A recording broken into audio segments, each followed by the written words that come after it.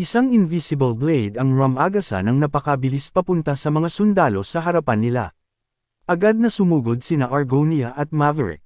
Sabay nilang iwinasiwas ang kanilang mga espada upang harangin ang invisible slashes. Sunod-sunod na banggaan ang sumabog sa buong battlefield. Halos wala silang pagkakataong makaganti. Ang tanging nagagawa nila ay depensahan ang sarili at umiwas sa walang katapusang barrage ng slashes. Tahimik na pinagmamasdan sila ni Kais ng may interes. Napansin niya ang mga magic dispelling swords na ginagamit nila. At tila naging interesado siya sa mga sandatang iyon. Sa gitna ng kaguluhan, patuloy na inoobserbahan ni Alan ang sitwasyon habang mabilis na nag-iisip. At doon niya tuluyang nakumpirma ang isang bagay. Gumagana pa rin ang magic laban sa Outer God. Hanggat hindi pa ito ganap na incarnate deity. Ibig sabihin, hindi nasayang ang lahat ng preparasyon niya. Samantala, nagsimulang magpakawala si Mion ng magical arrows kay Kais. Habang si Hima naman ay walang tigil sa pagbuhos ng water magic. Lahat ng attacks ay direktang nakatutok kay Kais. Ngunit para sa Outer God, parang walang saysay ang lahat ng iyon. Habang nakalutang sa ere, madali niyang iniiwasan ang bawat atake. Para bang wala siyang kahit katiting na pressure. At habang nananatiling nasa himpapawid, gumamit ng magic si Kais. Mula sa lupa, biglang nagsilabasan ang mga goblins. Mabilis nilang pinuno ang battlefield. Pero agad ding kumilos ang suppression squad upang lipulin ang mga ito. Sa gitna ng magulong laban, nagsimulang bumuo si Alan ng hand seals. Sa isip niya, iisa lang ang malinaw. Time ang pinakamahalagang factor. Kailangan niyang tapusin agad ang laban. Kung hindi, wala silang pag-asang manalo. Sunod-sunod na phrases ang lumabas sa bibig niya. Frost, Form, Renown of the Snowy Mountain. At nagtapos sa Pen of the Blind. Tahimik na nakatayo si Alan sa gitna ng battlefield. Habang unti-unting nagtitipon ng napakalaking magical energy sa harapan niya. Mula roon, dahan-daang nabuo ang isang higanteng ice spear. Naglalabas ito ng nakakakilabot na malamig na aura. At handa itong pakawalan anumang oras. Sa kabilang panig, tumulong din si Rene. Mabilis na kumislap ang magic book niya. At mula sa ere, isang itim na portal ang bumukas. Mula rito, 12 ng kadena ang sumabog palabas. At rumagasa papunta kay Kais. Chain after chain ang bumuhos sa Outer God. Ngunit, kahit isa ay walang tumama. Kasabay noon, natapos na rin ang spell-painted halberd of ice crystals. At sa wakas, pinakawalan ni Alan ang kanyang giant ice spear. Rumagasa ito ng diretsyo papunta kay Kais. Napatingin ang lahat ng miyembro ng suppression squad. At wala ni isa ang nakapagsalita. Ang higanteng ice spear ay sumugod ng may napakalupit na puwersa. Habang dumaraan ito, nagyayelo ang lahat ng madaanan nito. Pumuti ang hangin dahil sa frost. At ang lupang nadadaplisan nito ay agad nababalutan ng makapal na yelo. Punong-puno ng focus ang mga mata ni Alan. Sa isip niya, siguradong mamamatay si Kais kapag tinamaan iyon. Ngunit, marahan lamang itinaas ni Kais ang dalawang hintuturo niya. Sa isang iglap, isang crossing blade ang nabuo sa harapan niya. Taglay nito ang nakakatakot na talim. At bago pa man makarating ang ice spear, slash! Agad itong hiniwa, sa isang simpleng galaw lamang. Ang ultimate attack ni Alan ay nadurog at nagkapira-piraso sa harapan ni Kais. Lumabas ang bahagyang ngiti sa mukha ni Kais. Interesting, pero hanggang laruan lang ng isang insekto. Nanlumo si Alan. Hindi niya inasahang ganoon kadaling masisira ang kanyang ultimate move. Sa isip niya, hindi niya kailanman inakala na ang painted halberd of ice crystals ay kayang putulin gamit lamang ang simpleng galaw. Muling naghanda, umatake si Kais. At malamig niyang sinabi, wala pa rin kayong nauunawaan. Habang unti-unting tumataas ang interes niya, nagpasya si Kais na ibaba ang laro sa level nila. Bagamat hindi pa kumpleto ang kasalukuyan niyang anyo, sapat na raw yun para aliwin siya. At doon, nagsimulang bigkasan ni Kais ang sarili niyang magic phrases. Release. Isang pitch black aura ang kumislap sa hangin. Agad nitong binalot ang buong battlefield ng mabigat at nakakasakal na pressure. Sinundan agad iyon ng pangalawang phrase. Sa mismong sandaling iyon, agad sumugod sina Argonia at Maverick. Sinubukan nilang pigilan si Kais bago pa makumplito ang susunod na atake. Kasabay nito, nagpakawala si Mian ng isang flaming arrow na eksaktong tumama sa target. Habang si He-Man naman ay naglabas ng napakalakas na black energy gamit ang buong lakas niya.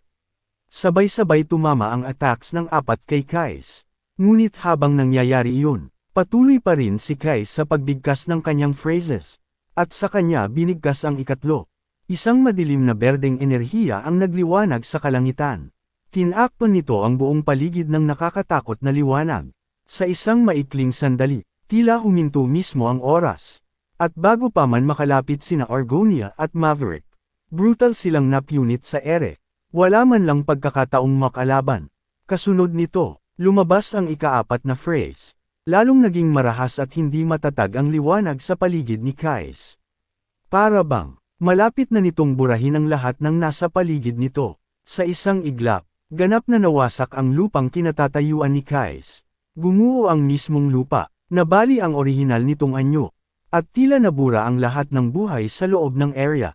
Tuluyang natulala si He-Man sa nasaksihan niya. Hindi niya maintindihan kung ano mismo ang nangyari. Biglang tumingin si Kais sa kanya. At agad umatake. Muntik na itong maiwasan ni He-Man gamit ang mabilis niyang reflexes. Pero, mas mabilis, mas brutal, mas nakakatakot si Kais. Sa isang iglap, tumama ang attack. At malamig na nagtanong si Kais. Paano mo iiwasan ang attacks mula sa itaas? Slash! Nahati sa dalawa ang katawan ni He-Man sa harapan mismo ni Mian. Nanlaki ang mga mata ni Mian. Agad siyang tumakbo papunta sa kasama niya habang sumisigaw. He-Man! Ngunit bago pa siya makarating, nauna nang kumilos si Kais. Boom! Isang napakalakas na sipa ang direktang tumama kay Mian. Tumilapon siya papunta sa mga guho. At isang napakalakas na pagsabog ang yumanig sa paligid. Sa loob lamang ng ilang sandali, tinalo ni Kais ang apat na guild leaders ng Suppression Squad. At pagkatapos noon, dahan-dahan siyang humarap kay Alan. Ikaw na ngayon ang inaabangan ko. Gusto kong makita kung paano mo ako iaaliw. Ngunit nanatiling tahimik si Alan. Hindi siya sumagot. Sa isip niya, walang tigil ang pagsusuri niya sa sitwasyon. At doon niya napagtanto ang isang nakakatakot na katotohanan. Hindi pa siya nakakakita ng magic na katulad ng kay Kais. Ang Outer God na iyon. Gumagamit ng chants at phrases sa ganap na ibang level. Hindi lang lakas ang pagitan nila, kundi pati, impormasyon, strategy, combat ability, sa bawat aspeto, lamang si Kais. Gayunpaman, alam ni Alan na iisa na lamang ang kaya niyang gawin. Ilabas ang buong kapangyarihan niya nang walang pagpipigil. 2 high-grade potion bottles na ang naubos niya. Pagkatapos noon, nagsimula siyang bumuo ng panibagong magic phrase. Renown of a Snowy Mountain. Resolution. Revolution. Punong-puno ng focus ang tingin niya habang tinututukan si Kais gamit ang lahat ng natitira niyang kapangyarihan. At sa isang iglap, isang ring-shaped magic ang pinakawalan ni Alan. Ramagasa ito ng napakabilis papunta kay Kais. Ngunit casual lamang na iwinasiwas ni Kais ang kamay niya upang salubungin ito. Huminto ang ring-shaped magic ni Alan sa mismong harapan ni Kais. Pero, iba ito sa nangyari kanina. Hindi ito nadurog.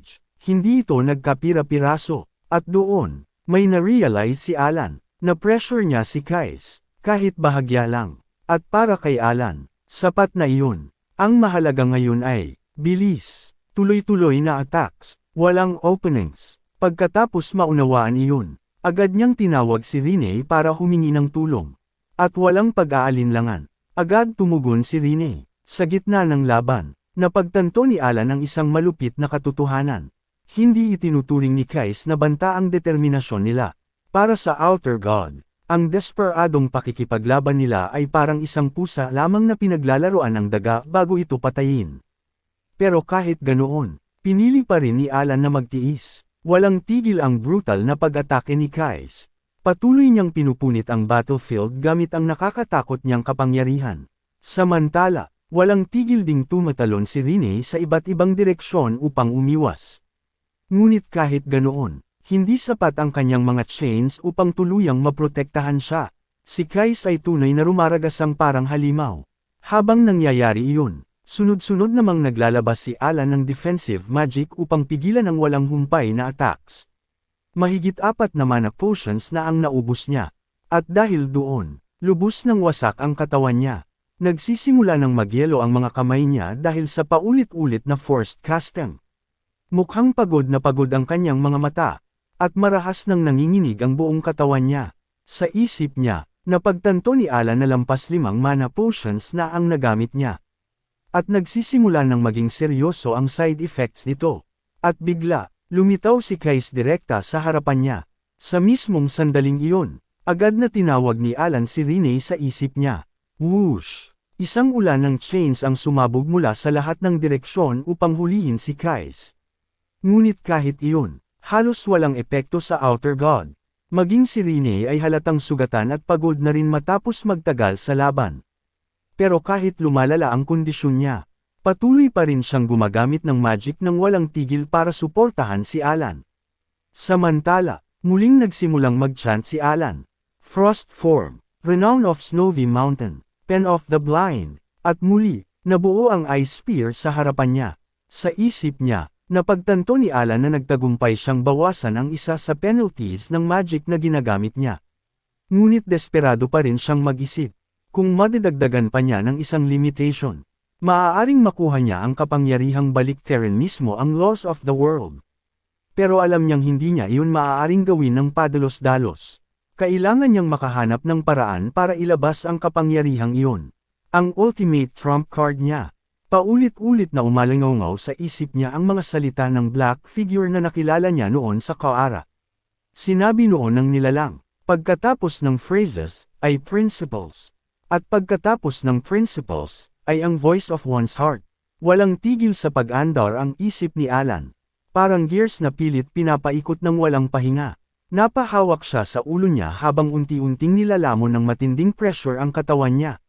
Sa loob ng isip niya, patuloy siyang naghahanap ng isang bagay. Isang bagay na mas mataas pa sa principles.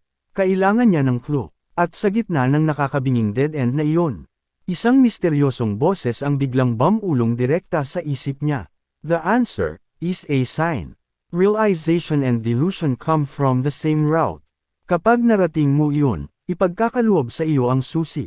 At sa mismong sandaling iyon, nagsimulang magbago ang Ice Spear ni Alan. Unti-unti nitong binago ang anyo nito, hanggang sa maging isang bagay na ganap na naiiba sa dati. At nang makita iyon ni Kais, unang beses siyang kinabahan. Lumitaw ang gulat sa mukha niya habang nagtatanong, ano, ang ginagawa mo? Habang litong-lito pa si Kais, muli siyang binomba ni Rene ng chains mula sa lahat ng direksyon. Dahil doon, agad na nanas si Kais. Sa malamig niyang tingin, muli siyang nagpakawala ng attack. Para sa kanya, sobrang nakakairita na ng panggugulo nila. Shing! Agad na winasak ng invisible blade ang lahat ng chains ni Rene. At matapos noon, diretso itong Ramagasa papunta sa kanya. Hindi na nakaiwas si Rene. Pagod na ang katawan niya upang mag-react pa sa nakamamatay na attack. Ngunit, bago pa tumama ang blade, isang malabughaw na kamay ang biglang humila kay Rene palayo. At agad siyang niyakap upang protektahan. Si Alan iyon, ngunit bilang kapalit, direktang tinamaan ng invisible blade ang braso niya. Splash! Malakas na sumirit ang dugo mula sa sugat sa kanyang braso. Namumutla na si Alan, pero kahit ganoon, pilit pa rin siyang bumuo ng isa pang handsail. Marahas nang nanginginig ang katawan niya, ngunit hindi man lang nawala ang focus sa mga mata niya. At saka, isang napakalaking spear na hugis susi ang dahan-daang nabuo sa ere. Ang nagyayelong enerhiyang inilalabas nito ay unti-unting nagpapalamig sa buong paligid. At doon, napagtanto ni Alan ang isang bagay. Kapag tuluyang nabuo ang Bodashri sign, ang spear na ginagamit niya ay magiging isang key. Samantala, litong-lito si Kais habang pinapanood ang pagbabago sa harapan niya. Unti-unting nagyayelo ang lupa sa ibaba. At kasabay noon, lumitaw ang kakaibang mga ukit na hindi pa kailanman nakita noon. Pagkatapos, isang napakalaking ice key ang sumibol pataas hanggang langit. Sa ilalim ng napakalaking anino nito, napakaliit tingnan ni Kais. At saka, bumagsak ang giant ice key sa napakabilis na bilis. Direkta nitong tinamaan si Kais ng walang awa. Patuloy na pinananatili ni Alan ang handsail habang ibinubuhos ang lahat ng konsentrasyon niya. Sa isip niya, Alam niyang kapag tumagos ang key sa crystal at nagsimulang umikot, maaabot ng painted halberd of ice crystals ang tunay nitong anyo. Naglabas ng nakakasilaw na liwanag ang giant key habang tumatama ito kay Kais at bumabaon sa mismong lupa. At sa mismong sandaling iyon, isang napakalaking ice crystal ang agad na sumabog paitaas. Sa loob ng crystal, nakulong si Kais, hindi siya makagalaw ng maayos. Patuloy na pinananatili ni Alan ang seal habang pilit niyang sinusuportahan ang magic gamit ang natitira niyang lakas. At sa isip niya, iisa na lang ang natitirang laman ng kanyang utak. Isang glacier of ice ang babagsak sa demuhang ito. Ipinaliwanag ni Alan sa isip niya. Ang magic ay batas ng mundo na sinusunod ng mga mage ayon sa kagustuhan ng isang architect. At tulad ng law of the pen na isang unnatural alteration ng laws of nature. Ang batas ng painted halberd of ice crystals ay kayang i-freeze ang lahat sa loob ng isang itinakdang area. Maging si Alan mismo ay namangha sa resulta ng magic na nalikha niya. At nagsimula siyang magtanong sa sarili. Ito ba talaga ang ibig sabihin ng voice of the heart? Ngunit, hindi nagtagal ang crystal prison na kumukulong kay Kais. Crack! Agad itong nabasag sa hindi mabilang na fragments of ice. Hindi naman talaga umasa ng malaki si Alan. Tumagal lamang ng 6 na segundo ang spell. At alam niyang, ang magic na nasa ganitong level ay hindi dapat kayang gamitin ng isang tulad niya. Pero kahit ganoon, nakamit na niya ang tunay niyang layunin. Makikitang nagyelo ng tuluyan ang isang bahagi ng katawan ni Kais. Ngumiti si Kais nang may halong pagkadismaya matapos siyang tamaan. Para sa kanya, ang kasalukuyan niyang katawan ay mahina at miserable. Iniisip niya na kung ganap siyang nakapag-manifest, madali sana niyang napigilan ang isang voice of the heart na tulad noon. Ngunit agad siyang pinutol ni Alan. Walang saysay ang pag-iisip sa mga what if. Tahimik na sumang-ayon si Kais. At walang anumang dahilan o excuse. Inaamin niya ang pagkatalo niya. At sa mismong sandaling iyon, unti-unting natunaw ang katawan ni Kais na parang yelong nagiging hamog. Hanggang sa tuluyan itong maglaho sa kalangitan. Tahimik lamang na nakatayo si Alan habang pinapanood ang tuluyang pagkawala ni Kais. At nang tuluyang mawala ang presensya ng Outer God, nawala rin ang lahat ng lakas sa katawan ni Alan. Bumagsak siyang walang malay. Lumipas ang oras. Dahan-daang iminulat ni Alan ang kanyang mga mata. May naramdaman siyang marahang paghaplos sa kanyang pisngi. Mukhang may sinusubukang sabihin sa kanya ang isang tao. Ngunit bago pa niya marinig ng malinaw, bigla siyang nagising mula sa panaginip. Napabangon siya habang hawak ang sumasakit niyang ulo.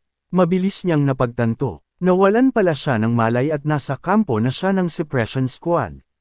Matapos makumpirma kung nasaan siya, agad siyang humiga muli habang bumubuntong hininga ng may ginhawa. Halos wala akong maramdaman. Halos wala na siyang lakas para igalaw ang katawan niya. Ngunit sa pananaw niya, hindi pa ganoon kasama ang nerve paralysis. Aabutin lamang ng panahon bago ito gumaling. Alam ni Alan na ang pag-abuso sa mana potions at pagkakaroon ng mana poisoning ay maaaring humantong sa permanenteng pagkawala ng mana. O maging sa mana sclerosis. Para sa kanya, ang mabuhay pa rin ay sapat ng bagay upang ipagpasalamat. Hindi nagtagal matapos magkamalay si Alan.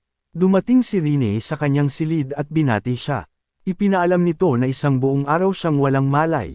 At sa nag-aalalang tono, tinatanong siya nito tungkol sa kasalukuyan niyang kondisyon. Sumagot si Alan na medyo nanghihina siya dahil sa mana poisoning. Ngunit tiniyak niyang hindi naman iyon seryosong problema. Pagkatapos noon, agad niyang tinanong si Rene tungkol sa sitwasyon. Ipinaliwanag ni Rene na mabilis na nakarecover si Mon. Habang si Argonia naman, nakaligtas kahit dati ay nasa bingit na ito ng kamatayan. Nagulat si Alan nang marinig iyon. Hindi niya inasahang makakaligtas si Argonia matapos tamaan ng ganoong nakakatakot na atak. At sa kaibuturan ng isip niya, nagsimula siyang maghinala. Posible kayang half-dragon talaga si Argonia. Habang nakaupo sa tabi ng kama ni Alan, dahan-daang humingi ng pahintulot si Rene na magtanong. Agad namang tumanggo si Alan. Sige lang. Sa malungkot na ekspresyon, tinanong ni Rene kung bakit siya iniligtas ni Alan. Nagtataka siya, ganito ba talaga kahalaga ang buhay ko para isugol mo ang sarili mong buhay? Tuluyang nalito si Alan sa tanong na iyon.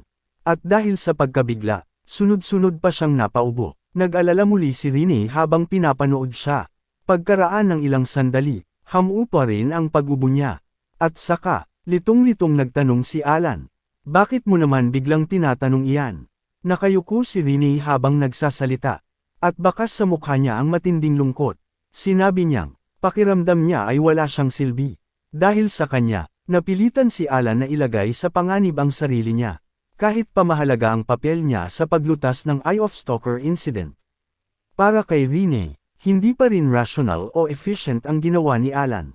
At sa totoo lang, hindi niya maintindihan kung bakit ginawa iyon ni Alan. Agad namang pinatigil siya ni Alan. Sandali muna, ayaw niyang magkaroon ng misunderstanding. Kaya may gusto muna siyang linawin. Diretsahang sinabi ni Alan, hindi ko kayo inampon para gamitin. Mabagal na kumurap si Rene. At inosente siyang nagtanong, totoo ba iyon? Nagulat si Alan nang marealize niyang ganoon pala ang iniisip ni Rene. Hindi niya talaga maintindihan kung bakit lahat ng batang pinalaki niya ay laging iniisip na may hidden motive siya. Sa kaibuturan ng puso niya, napabuntong hininga na lang siya. Siguro, nakatadhana talaga akong magmukhang kontrabida. Matapos mag-isip sandali, tuluyan nang nagsalita si Alan. Para sa akin, pamilya ang lahat ng batang inampun ko. Agad na lumaki ang mga mata ni Rene. Nagpatuloy si Alan. Sa pananaw niya, kung paanong iniligtas siya ni Rene. Natural lang na iligtas din niya si Rene. Hindi raw one-sided ang relasyon nila. At lalong hindi ito relasyon na nakabase sa pakinabang o exploitation. Ngunit kung gusto talaga ni Rene na may maibalik, isa lang ang kailangan nitong gawin. Alalahanin mo lang na batiin ako tuwing birthday ko.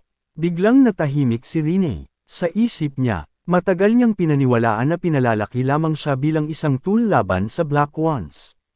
Unti-unting namula ang mukha niya. Dahan-dahan niyang inayos ang buhok gamit ang mga daliri niya. At saka siya nagsalita, naiintindihan ko na ang ibig mong sabihin.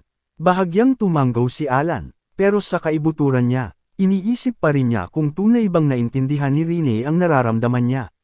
Gayunpaman, masaya na siya basta na iparating niya ang gusto niyang sabihin.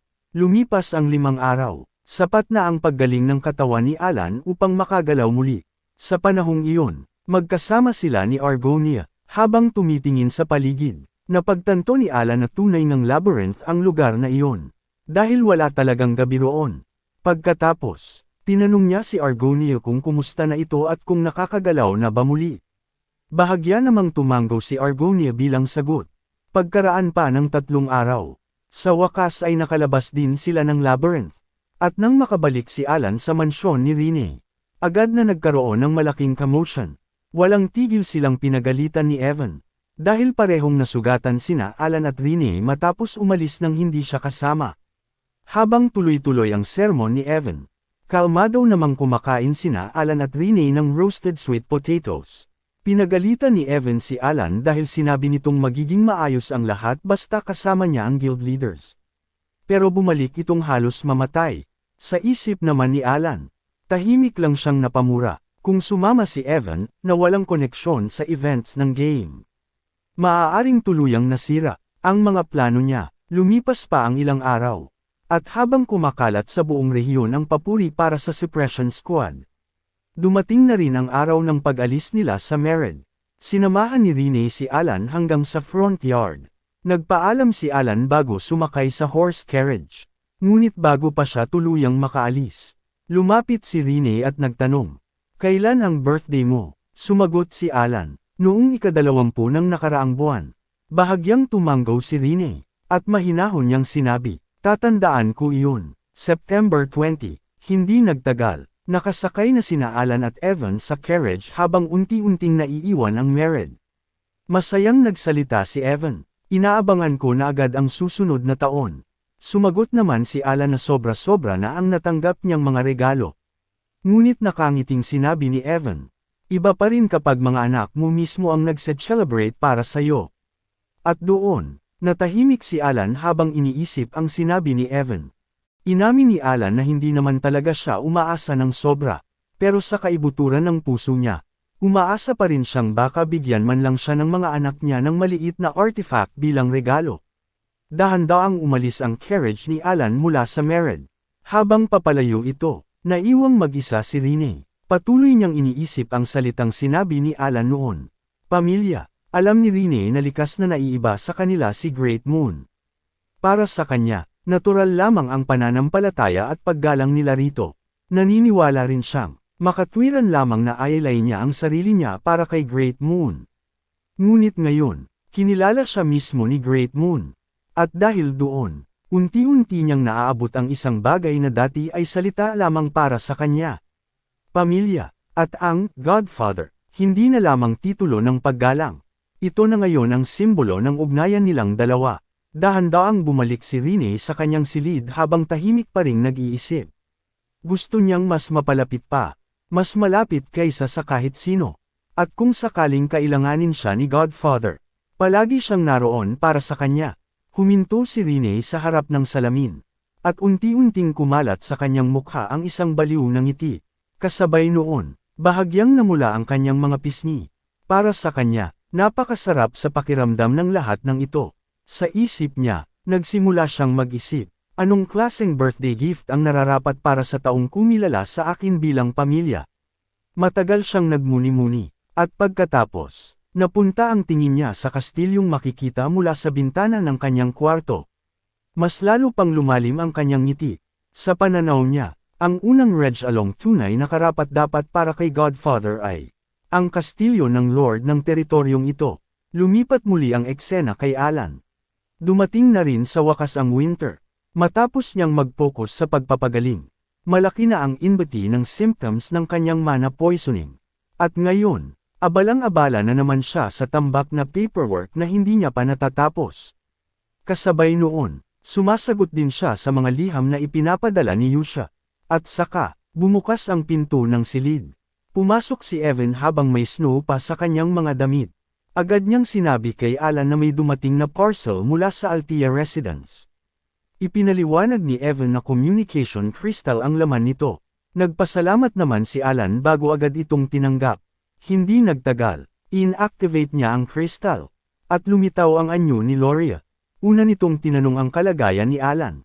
Sinabi nitong nakipag-ugnayan siya dahil oras na para magbigay ng report. Binati rin siya ni Alan bilang tugon.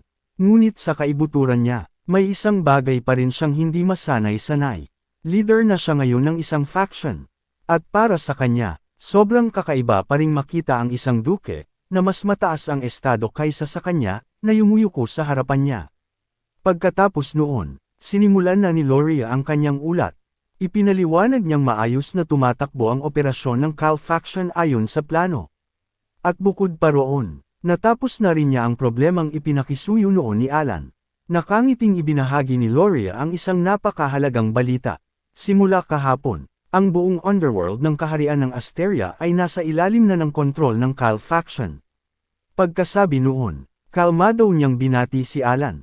Ngunit si Alan, tuluyang nalito. Hindi niya maalalang may ipinagawa siyang ganoon. Pero hindi rin nagtagal. Naalala niyang minsan pala niyang sinabi na linisin muna ang underworld. Alam ni Alan na puno ng napakaraming organisasyon ang underworld ng Asteria.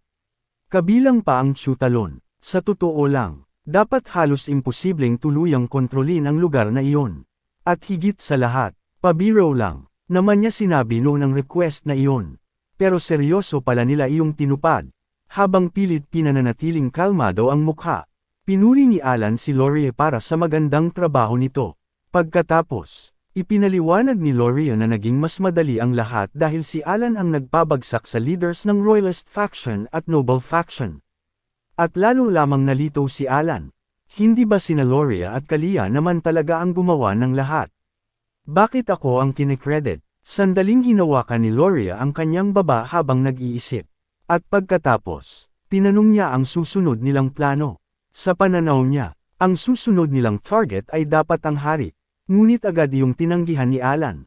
Sa ngayon, sapat na muna ang kasalukuyang sitwasyon. Matapos matanggap ang sagot, tinapos ni Loria ang kanyang report at nagpaalam kay Alan. Muling natahimik ang silid. Tahimik lamang na nakaupo si Alan habang nag-iisip. Sa kaibuturan niya, lubos siyang nalilito. Bigla na lang siyang naging mastermind. Kumilos mula sa mga anino, at nasakop ang underworld sa isang iglap. At para sa kanya, wala talagang kahit anong may sense sa lahat ng iyon.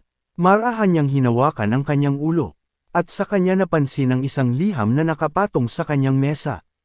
Nagsimula siyang magtaka. Posible kayang dahil sa lahat ng kaguluhang iyon kaya ito dumating. Ang liham pala ay isang imbitasyon para sa Royal Ball. Pagkaraan ng isang buwan, gaganapin ng Royal Family ang unang New Year's Ball matapos ang 5 taon. At sa utos mismo ng hari, espesyal na ipinadala ang imbitasyon kay Count Palacio. Matagal na nakatitig si Alan sa liham. At pagkatapos, dahan-daang tumulo ang luha mula sa gilid ng kanyang mga mata. Nagsimula siyang humikbi, dahil sa totoo lang, pakiramdam niya ay napakamalas niya. Ang gusto niya lang naman ay mamuhay ng tahimik bilang isang nobo.